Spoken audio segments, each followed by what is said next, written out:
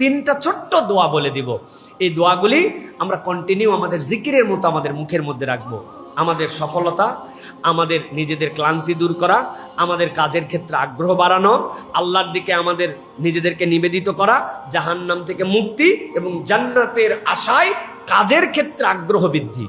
এই দোয়াগুলি আল্লাহ রাসূল সাল্লাল্লাহু আলাইহি ওয়াসাল্লাম আমাদেরকে শিখিয়েছেন। প্রত্যেকটা দোয়া প্রমাণিত। এর এক নম্বরে যেটা আমরা পড়ব, আল্লাহুম্মা আইন্নি আলা যিকরিকা ওয়া শুকরিকা ওয়া হুসনি ইবাদাতিক। আল্লাহ, আমি আপনার জিকিরকারী বান্দাদের মধ্যে অন্তর্ভুক্ত হতে চাই। আল্লাহ, আপনার শুকরগুজার বান্দা হতে চাই। ওয়া হুসনি ইবাদাতিক, তোমার ইবাদতের ক্ষেত্রে আমি চমৎকার একজন প্র্যাকটিশনার, চমৎকার একজন পারফর্মার হতে চাই। আল্লাহ, তুমি আমাকে এটা দান করো। আল্লাহুম্মা আমিন বলবেন না? আল্লাহ রাব্বুল আলামিন রাসূল এরপরে আমাদেরকে শিখিয়েছেন আরেকটা দোয়া আল্লাহর কাছে করবে, আল্লাহুম্মা ইন্নী আসআলুকাল জান্নাহ ওয়া আউযু বিকা মিনান নার। আল্লাহ, কত কিছু চাই না,